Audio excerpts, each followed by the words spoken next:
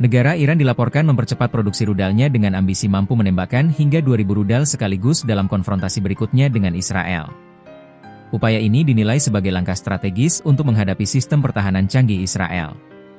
Menurut laporan The New York Times, eskalasi ini muncul hanya beberapa bulan setelah perang berdurasi 12 hari pada Juni 2025, ketika Iran dilaporkan meluncurkan sekitar 500 rudal sebagai respons atas serangan Israel terhadap infrastruktur penting, pangkalan militer, dan fasilitas nuklirnya. Sumber menunjukkan bahwa pabrik-pabrik rudal Iran kini beroperasi 24 jam sehari untuk mengejar target ambisius tersebut.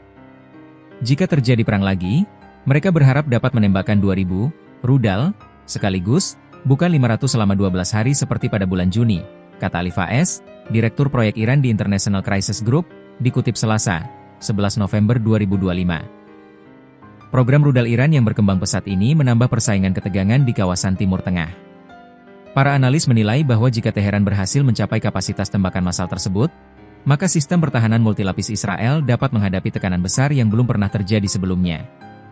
Langkah percepatan produksi rudal ini muncul di tengah kebuntuan dalam negosiasi nuklir Iran serta kebijakan tekanan maksimum yang kembali digaungkan oleh Donald Trump yang menjabat sebagai Presiden AS.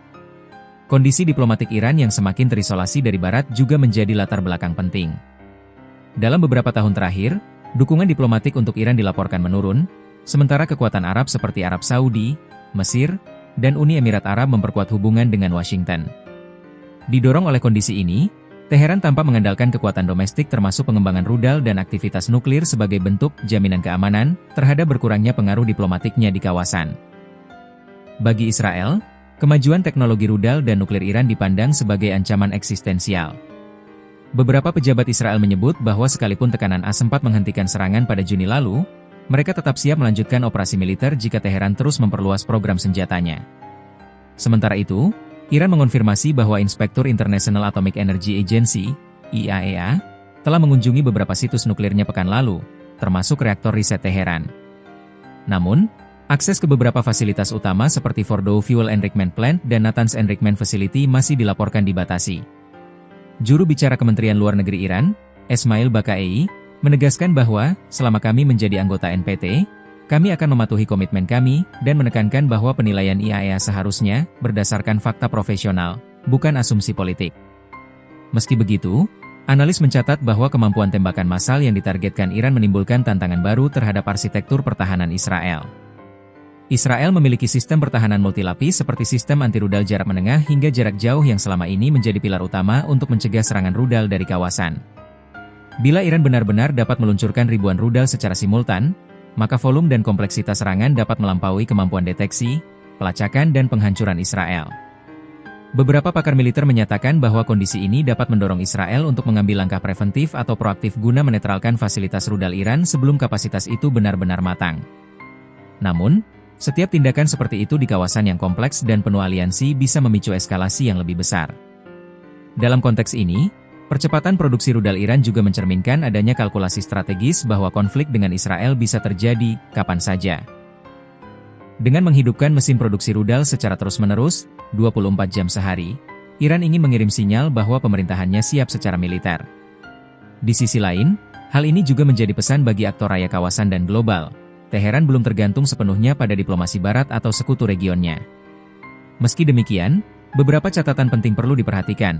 Laporan juga menyebut bahwa Iran masih menghadapi hambatan teknis, termasuk dalam produksi propelan padat dan komponen untuk rudal jarak jauh. Misalnya, dalam laporan sebelumnya disebut bahwa Iran memulai pembangunan kembali situs produksi rudal yang terkena serangan Israel, namun mixer besar yang digunakan untuk memproduksi bahan bakar padat masih hilang. Hal ini menunjukkan bahwa meski ambisi Teheran besar, realisasi kapabilitasnya mungkin belum sepenuhnya sesuai klaim. Dengan demikian, meski target 2.000 rudal sekaligus menunjukkan lonjakan ambisi, pemantauan independen dan intelijen akan terus menjadi kunci untuk mengetahui kapan dan bagaimana kapasitas itu benar-benar diwujudkan.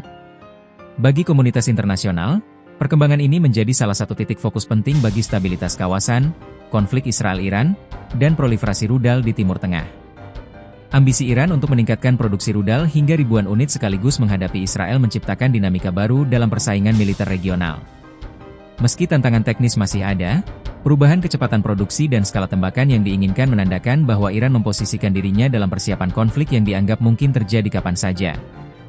Bagi Israel dan mitra baratnya, Ini menjadi indikator bahwa kapasitas pertahanan yang ada perlu terus diuji dan mungkin dipersiapkan untuk skenario yang jauh lebih berat dari sebelumnya.